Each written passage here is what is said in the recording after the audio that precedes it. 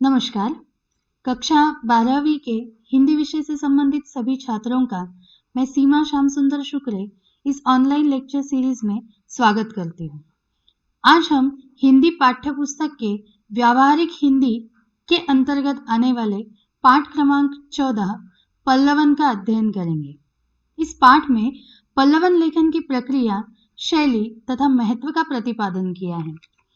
पिछले भाग में अर्थात इस पाठ के पूर्वार्ध में हमने लेखक डॉक्टर दयानंद तिवारी जी का परिचय, उनकी साहित्यिक रचनाएं, एकांकी विधा का परिचय, एकांकी की विशेषताएं, पल्लवन पाठ की मध्यवर्ती संकल्पना, पाठ के उद्देश्य, पल्लवन का अर्थ, पल्लवन की परिभाषा तथा उसका स्वरूप, पल्लवन की आवश्यकता या उपादेयता आदि मुद्दों का अध्ययन किया। इस भाग में हम पल्लवन की विशेषताएं, पल्लवन की प्रक्रिया के विभिन्न सोपान तथा पल्लवन के बिंदु और पल्लवन के कुछ उदाहरण देखेंगे। शुरुआत में हम पल्लवन की विशेषताएं देखते हैं। अब जाहिर सी बात है कि पल्लवन की अपनी कुछ विशेषताएं भी होंगी, उन्हें समझना भी उतना ही आवश्यक है जितना पल्लवन को समझना। पल्लवन को और अधिक विस्तार से समझने के लिए हम पल्लवन की विशेषताओं पर एक नजर डालते हैं। पल्लवन की कुछ प्रमुख विशेषताएं इस एकांकी के माध्यम से अध्यापक ने छात्रों के सम्मुख रखी है। वो कौन कौन सी है क्रमशः देखते हैं। पल्लवन की पहली विशेषता है कल्पनाशीलता। पल्लवन में विषय विस्तार करते समय कल्पनाशीलता का अपना अलग महत्व होता है। किसी विषय को रंजक बनाने के लिए हम कल्पना की सहायता लेते हैं। अतः कल्पनाशीलता पल्लवन की महत्वपूर्ण विशेषता है। दूसरी विशेषता है मौलिकता। मौलिकता से तात्पर्य है कोई महत्वपूर्ण बात। पल्लवन में मौलिकता अर्थात विषय की महत्ता का वर्णन किया जाना चाहिए।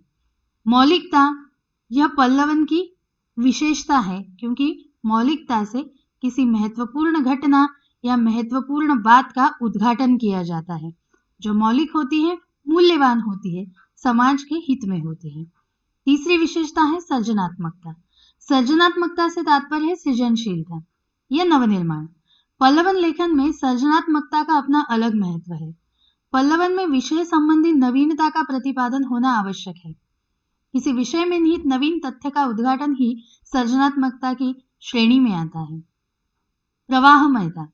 पल्लवन की भाषा प्रवाहमय होनी चाहिए, अर्थात विषय प्रतिपादन में प्रवाह होना चाहिए। यदि प्रवाह नहीं हुआ तो विषय आकलन में व्यवधान उत्पन्न होता है। भाषा शैली। पल्लवन की भाषा सहज, सरल, स्वाभाविक, प्रवाही और बोधगम्य होनी चाहिए। विषय प्रतिपादन कुछ इस प्रकार होना चाहिए कि जिसे हर कोई आसानी से समझ सके। साधारण बुद्धि वाला व्यक्ति भी यदि किसी पल्लवन को पढ़ता है तो वह भी उसका आकलन कर सके। इस प्रकार की भाषा शैली का इस्तेमाल पल्लवन में अभिप्रेत है। शब्द चयन।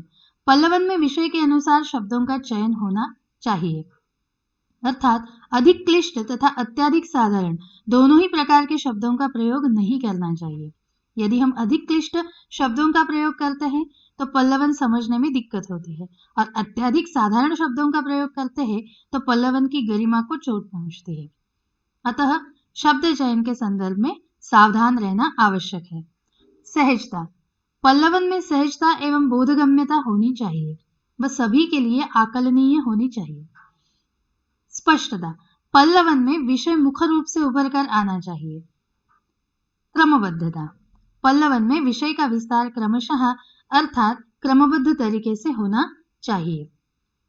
अब ये हुई पल्लवन की विशेषताएं। पल्लवन की प्रमुख शैलियों को भी देखते हैं। अध्यापक ने छात्रों के मन में आ रहे तमाम प्रश्नों का उत्तर देते हुए पल्लवन की लगभग सभी महत्वपूर्ण पहलुओं पर प्रकाश डाला है, जैसा कि पल्लवन की विशेषताएं और अब पल्लवन की प्रमुख शैलियां। पल्लवन लिखने की निम्न शैलियां प्रचलित है, जिसमें पहली शैली है। इस शैली में विषय प्रवर्तन प्रथम वाक्य से ही प्रारंभ हो जाता है। इसमें इधर उधर बहकने एवं लंबी चौड़ी भूमिका बनाने की कोई आवश्यकता नहीं होती। प्रथम वाक्य से ही श्रृंखलाबद्ध, रोचकतापूर्ण एवं उत्सुकता भरे वाक्य लिखने चाहिए। ये हुआ पहली शैली का वर्णन। अब दूसरी शैली देखते हैं। कुछ विद्वान ऐसा मानते हैं कि प्रारंभिक 2-3 वाक्यों की भूमिका बनानी चाहिए, मध्य के 10-12 वाक्यों में विषय प्रतिपादित करे तथा अंतिम 2-3 वाक्यों में उपसंहार प्रस्तुत करे। ये पल्लवन लेखन की दूसरी शैली है। अब ये व्यक्ति पर निर्भर करता है कि इन दोनों में से कौन सी शैली वो अपनाता है। वास्तव में देखा जाए तो दोनों ही शैलियां अपने आप में परिपूर्ण हैं। अब हम पल्लवन प्रक्रिया के विभिन्न सोपान देखते हैं। अध्यापक ने जिस प्रकार इस पाठ में पल्लवन के शैलियों को समझाया है, उसी प्रकार पल्लवन प्रक्रिया के विभिन्न सोपान को भी उन्होंने छात्रों तक पहुंचाया है। पल्लवन प्रक्रिया के विभिन्न सोपान समझने पर पल्लवन लेखन को और अधिक विस्तार से समझा जा सकता है। विषय को भली भांति पढ़ना, समझना, ध्यान केंद्रित करना, अर्थ स्पष्ट होने पर पुनः सोचना, ये पल्लवन का पहला सोपान है। इसमें अध्यापक ने छात्रों को समझाया है कि जब किसी विषय को सम्मुख रखा जाता है और उसका पल्लवन करना होता है, तो सबसे पहले आवश्यक है कि हम उस विषय को भली भांति पढ़े, उसे समझे, तत्पश्चात उस विषय पर अपना पूर्ण ध्यान केंद्रित करें और अर्थ स्पष्ट होने पर पुनः सोचें। इस प्रकार इस पहले सोपान को पार करने के उपरांत हम इस प्रक्रिया के दूसरे सोपान की ओर बढ़ते हैं, जिसमें विषय की संक्षिप्त रूपरेखा बनाना, उसके पक्ष विपक्ष में सोचना, फिर विपक्षी तर्कों को काटने हेतु तर्कसंगत विचार करना, उसके बाद तर्कसंगत तथा सम्मत विचारों को संयोजित करना तथा असंगत विचारों को हटाकर अनुच्छेद तैयार करना, ये इस प्रक्रिया का दूसरा सोपान है और अत्यधिक महत्वपूर्ण सोपान है। पहले सोपान में पुनः सोचने की प्रक्रिया खत्म होती है, वहीं दूसरे सोपान की प्रक्रिया अर्थात पल्लवन की संक्षिप्त रूपरेखा बनाना प्रारंभ हो जाता है। जैसा कि मैंने कहा, विषय दिया होता है तो विषय के दोनों पहलू हो सकते हैं, पक्ष भी हो सकता है, विपक्ष भी हो सकता है, तर्क संगत विचार भी हो सकते हैं और तर्क से परे विचार भी हो सकते हैं। लेकिन पल्लवन की पहली मांग है कि यहाँ पर केवल तर्क संगत विचारों को ही पल्लवन में संयोजित किया जाता है, असंगत विचारों को हटाकर बाद में पल्लवन लिखा जाता है। इस प्रकार यह पल्लवन प्रक्रिया का दूसरा सोपान है। अब पल्लवन प्रक्रिया का तीसरा सोपान ध्यान से सुनिए। शब्द पर ध्यान देकर शब्द सीमा के अनुसार पल्लवन करना और अंत में लिखित रूप को पुनः ध्यान देकर पढ़ना, ये पल्लवन प्रक्रिया का तीसरा और अंतिम सोपान है, जिसमें उन्होंने शब्द सीमा का निर्धारण किया है। कम से कम 200 से 300 शब्दों में हमें पल्लवन करना अभिप्रेत है। इससे ज्यादा का विस्तार पल्लवन को कठिन, क्लिष्ट एवं अरुचिपूर्ण बना सकता है। अतः केवल 200 से 300 शब्दों में ही हमें किसी विषय का पल्लवन करना है। अब वह करते हुए एक बात ध्यान रखनी है विद्यार्थियों, पल्लवित किए जा रहे कथन को परोक्ष कथन और भूतकालिक क्रिया के माध्यम से अन्य पुरुष में कहना चाहिए। उत्तम तथा मध्य पुरुष का प्रयोग पल्लवन में नहीं होता। जैसा कि मैंने आपको कहा कि व्याकरण में आपने क्रिया पढ़ी है, वर्तमान कालिक क्रिया, भूतकालिक क्रिया, भविष्य में घटित होने वाली क्रिया। उसी प्रकार आपने पुरुष भी पढ़े हैं, जिसमें उत्तम पुरुष, मध्यम पुरुष और अन्य पुरुष। उत्तम पुरुष से तात्पर्य है बोलने वाला, मध्यम पुरुष से तात्पर्य है जिसके साथ वार्तालाप हो रहा है और अन्य पुरुष से तात्पर्य है जिसके संदर्भ में कहा जा रहा है। अतः पल्लवन में अन्य पुरुष का महत्व है और भूतकालिक क्रिया के माध्यम से ही पल्लवन लिखा जाता है। इस प्रकार यदि इन 3 सोपानों को छात्र समझ लेते हैं तो कभी भी किसी भी समय उनके सम्मुख आने वाले किसी उक्ति, सुक्ति या उद्धरण का पल्लवन करने में वो सक्षम रह सकते हैं।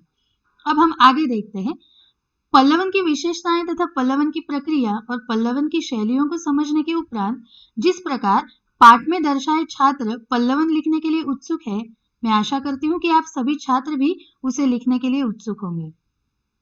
पल्लवन या किसी भी कविता, दोहे, चौपाई आदि की पंक्तियों का हो सकता है। पाठ में कुछ पंक्तियों का विषय विस्तार अर्थात पल्लवन अध्यापक द्वारा विद्यार्थियों के लिए उदाहरण के तौर पर दिया गया है। जैसे पहले उदाहरण में निम्न पंक्ति का पल्लवन अध्यापक ने करवाया है, नर हो न निराश करो मन को। अब अध्यापक इस पंक्ति का पल्लवन किस प्रकार करके दिखाते हैं, इसे संक्षेप में देखते हैं। यह सार्वभौमिक सत्य है कि मनुष्य संसार का सबसे अधिक गुणवान और बुद्धि संपन्न प्राणी है। वह अपनी अद्भुत बुद्धि एवं अपने कौशल के बल पर इस संसार के महान से महान कार्य कर अपने साहस और सामर्थ्य का परिचय दे चुका है। शांति, सद्भावना और समानता की स्थापना के लिए वह प्रयासरत रहा है। इन सबके पीछे उसका आंतरिक मानसिक बल ही था। चूंकि मनुष्य विधाता की सर्वोत्कृष्ट एवं सर्वाधिक गुण संपन्न कृति है, अतः उसे अपने जीवन में कभी निराश नहीं होना चाहिए। यह तो मनुष्य का जीवन है कि जहाँ उसके जीवन में सुख है वहां दुख भी है, लाभ है तो हानि भी है, सफलताएं हैं तो असफलताएं भी है। यदि उसका मन ही पराजित हो जाएगा, थक जाएगा, तो इस धरा को स्वर्ग सा कैसे बना पाएगा? उसके मन की इसी संकल्प विकल्पमयी साहसिक शक्ति को उसका मनोबल कहा जाता है, जो उसे हर समय श्रेष्ठ बनने हेतु कर्म के लिए प्रेरित करता है। उपर्युक्त पल्लवन को पढ़ने के उपरांत ये आप सब समझ ही गए होंगे कि एक सूक्ति या काव्य पंक्ति में छिपे महत्वपूर्ण अर्थ, गहरे अर्थ का सहज, सरल और साधारण सी भाषा में उद्घाटन करना ही पल्लवन है। मनुष्य है तो उसका अपना मन भी है और विपरीत परिस्थितियों में वह निराश भी होता है। ऐसे मन को निराश न होने तथा मनोबल को बनाए रखने की बात उपर्युक्त परिच्छेद में की गई है। इस प्रकार नर हो न निराश करो मन को, इस पंक्ति का पल्लवन अध्यापक ने छात्रों को उदाहरण के तौर पर दिखाया है। अब छात्रों के ही अनुरोध पर, अन्य एक छात्र के अनुरोध पर अध्यापक एक और सूक्ति का पल्लवन करके समझाते हैं। वह सूक्ति है, अविवेक आपदाओं का घर है। पल्लवन कुछ इस प्रकार किया गया है। विवेक, बुद्धि और ज्ञान मानव की बौद्धिक संपदा है। मानव जब कोई निर्णय लेता है तो उसे सद असत कारणी बुद्धि की आवश्यकता होती है। विचार शून्य किए गए कार्य कष्टदायक होते हैं। मानव की सफलता के पीछे उसका विवेक कार्य करता है। हमें सोच विचार कर ही कोई कार्य करना चाहिए। बिना विचारे किया गया कार्य पश्चाताप का कारण बनता है। इसीलिए हमें जो भी कहना है उसका मनन करें, चिंतन करें। जो भी कुछ कहे उसे सोच समझकर विवेक की कसौटी पर कसकर ही कहे, क्योंकि जीवन का आनंद विवेक से चलने में ही है। अविवेकी मूर्खतापूर्ण कार्य करता हुआ व्यक्ति अपने जीवन को स्वयं आपत्तियों से भर लेता है। इस प्रकार अविवेकी आचरण से होने वाले नुकसान तथा परिणामों का ब्यौरा इस पल्लवन में अध्यापक ने छात्रों को दिया है। अब अन्य एक छात्र के अनुरोध पर एक और सूक्ति का पल्लवन इस पाठ में अध्यापक ने करवाया है। वो कौन सा है, संक्षेप में देखते हैं। सेवा तीर्थ यात्रा से बढ़कर है। इसका पल्लवन अध्यापक ने कुछ इस प्रकार किया है। सेवा परमो धर्म है।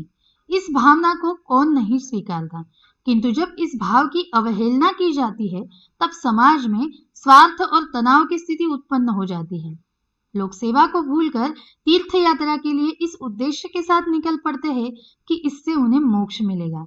किंतु बच्चों, क्या केवल तीर्थ यात्रा करने भर से व्यक्ति को मोक्ष की प्राप्ति हो सकती है? लोग भूल जाते हैं कि सेवा का भाव ही संपूर्ण मानवता को चिरकाल तक सुरक्षित कर सकेगा। सेवा समाज के प्रति कृतज्ञ लोगों का आभूषण है। मानव सेवा एवं प्राणी मात्र की सेवा संपूर्ण तीर्थ यात्राओं का फल देने वाली होती है। सेवा के पात्र हमारे आसपास ही मिल जाते हैं। तीर्थ यात्रा का फल कब मिलेगा, क्या होगा, लेकिन सेवा सद्य फलदामिनी है, अर्थात तुरंत फल देने वाली है। सेवा करे सो मेवा पाए, अतः सेवा धर्म अपनाए। छात्रों, इस सूक्ति के माध्यम से मानवता एवं मनुष्य मात्र की सेवा करने का संदेश दिया है। वास्तव में भगवान यह मंदिरों में नहीं, मनुष्य के हृदय में बसते हैं, अतः मनुष्य मात्र की सेवा ही सर्वोपरि है। इस प्रकार अध्यापक ने सेवा तीर्थ यात्रा से बढ़कर है इस सूक्ति का भी पल्लवन कर दिखाया है।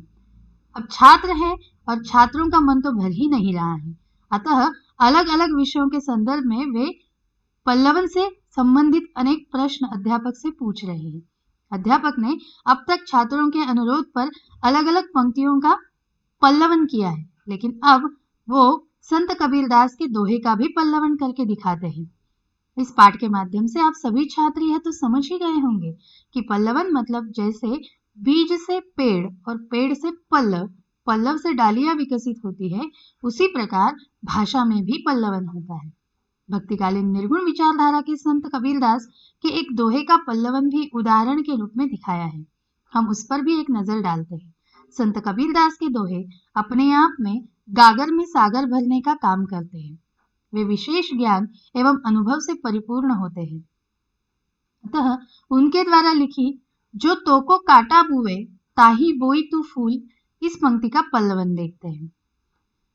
संसार में शुभ चिंतक कम होते हैं, अहित करने वाले या हानि पहुंचाने वाले अधिक। ऐसे व्यक्तियों के प्रति क्रोध आना एक स्वाभाविक प्रक्रिया है। साधारण व्यक्ति यही करते हैं। अहित करने वाले का हित सोचना, कांटा बिछाने वाले के लिए फूल बिछाना, मारने वाले को क्षमा करना एक महान मानवीय विचार है। इसके पीछे अहिंसा की भावना छिपी हुई है, सबके प्रति मैत्री भाव की साधना है। प्रकृति भी हमें यही शिक्षा प्रदान करती है। इसके अनेक उदाहरण मिलते हैं। वृक्ष को ही देख लीजिए।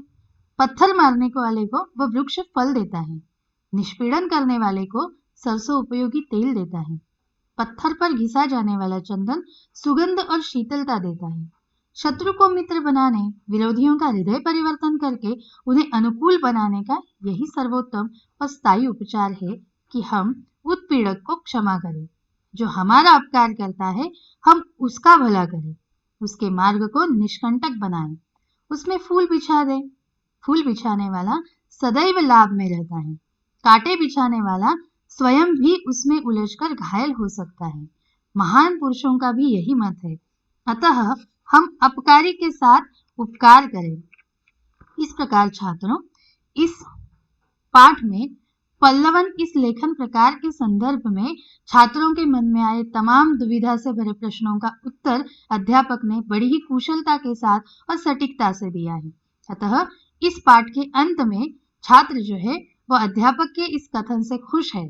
अध्यापक के द्वारा पल्लवन प्रक्रिया पर जिस प्रकार पुनः एक बार प्रकाश डाला गया है, उसके कारण छात्रों में उत्साह है और अब परीक्षा में वह पल्लवन लेखन करने के लिए उत्सुक है। यहाँ तक कि उनके मन में यह भी धारणा है कि अब जब वह पेपर लिखेंगे, प्रश्न पत्र लिखेंगे, तब अधिक से अधिक अंक वो प्राप्त करेंगे। उसी प्रकार मैं आशा करती हूँ कि इस पाठ के अंतिम क्षणों में छात्र और अध्यापक के बीच जिस प्रकार वार्तालाप हुआ है और इस निर्णय पर पहुंचा गया है कि छात्र अध्यापक के समझाने पर पल्लवन प्रक्रिया को समझ गए हैं, मैं भी आशा करती हूँ कि इस भाग में आप सभी ने पल्लवन की प्रक्रिया को समझा होगा और आप भी जब प्रश्न पत्र लिखेंगे उस समय पल्लवन को अच्छी तरह समझ बूझकर लिखेंगे। फिर भी अंत में पल्लवन के कुछ बिंदुओं को मैं आपके सम्मुख रखना चाहूंगी, जिससे पूरे पाठ का सार जो है समग्र रूप से आपके सम्मुख आ जाए। पल्लवन के कुछ बिंदु इस प्रकार हैं। पल्लवन में सुक्ति, उक्ति, पंक्ति या काव्यांश का विस्तार किया जाता है, अर्थात पंक्ति में विषय समझकर उसके अनुसार उसे विस्तार पूर्वक रखा जाता है।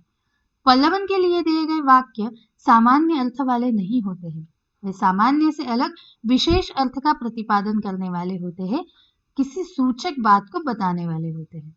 पल्लवन में अन्य उक्ति का विस्तार नहीं जोड़ना चाहिए, अर्थात जो उक्ति या पंक्ति दी गई है केवल उसी का विस्तार हो, अन्य बातों को अनावश्यक रूप से उन पंक्तियों में न लाए या अन्य पंक्तियों का अंतर्भाव उसमें न किया जाए।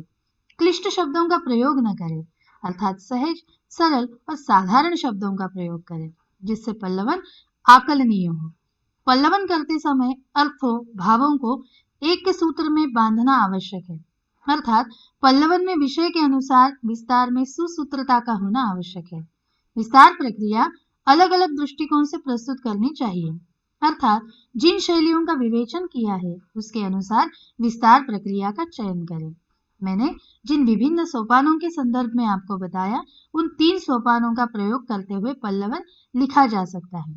पहले के अनुसार आप सरसरी तौर पर पल्लवन को लिखें, अर्थात किसी भी प्रस्तावना या उपसंहार के बगैर, और दूसरी शैली में आप पल्लवन लिखते समय पहले 2-3 पंक्तियों में विषय के अनुसार प्रस्तावना लिख सकते हैं, तत्पश्चात 10 से 12 पंक्तियों में विषय विस्तार या विषय का विवेचन कर सकते हैं और अंत में 2 से 3 पंक्तियों में विषय से संबंधित उपसंहार कर सकते हैं। इस प्रकार आप जिस प्रकार भी चाहे विस्तार प्रक्रिया के द्वारा पल्लवन कर सकते हैं। पल्लवन में भावों, विचारों को अभिव्यक्त करने का उचित क्रम होता है। वाक्य छोटे छोटे हो जो अर्थ को स्पष्ट करे। भाषा का सरल, स्पष्ट और मौलिक होना अनिवार्य है। पल्लवन में आलोचना तथा टीका टिप्पणी के लिए कोई स्थान नहीं होता है, अर्थात विषय का केवल विस्तार ही अपेक्षित है। आलोचना या टिप्पणी अपेक्षित नहीं है, वरन वह अनावश्यक है।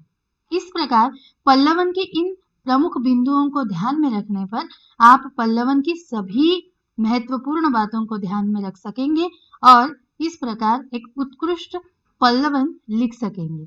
आशा करती हूँ कि इन मद्दों के माध्यम से आपने पल्लवन के सभी पहलुओं को बखूबी समझा होगा। इस प्रकार आज हमने पल्लवन इस लेखन शैली या लेखन प्रकार का अध्ययन किया। स्वयं अध्ययन हेतु लालच का फल बुरा होता है, इस उक्ति का विचार पल्लवन तथा ढाई आखड़ प्रेम का पढ़े सो पंडित होई, इस पंक्ति का भाव पल्लवन आप स्वयं करके देखें। इससे आप अनुमान लगा पाएंगे कि क्या आपने वाकई में पल्लवन प्रक्रिया को समझा है और क्या पल्लवन लेखन आप कर सकेंगे। इसका अनुमान आप स्वयं ही लगा सकेंगे। अगले भाग में हम किसी नए विषय, किसी नई पाठ, किसी नई कविता के साथ फिर मिलेंगे। तब तक के लिए विराम। धन्यवाद।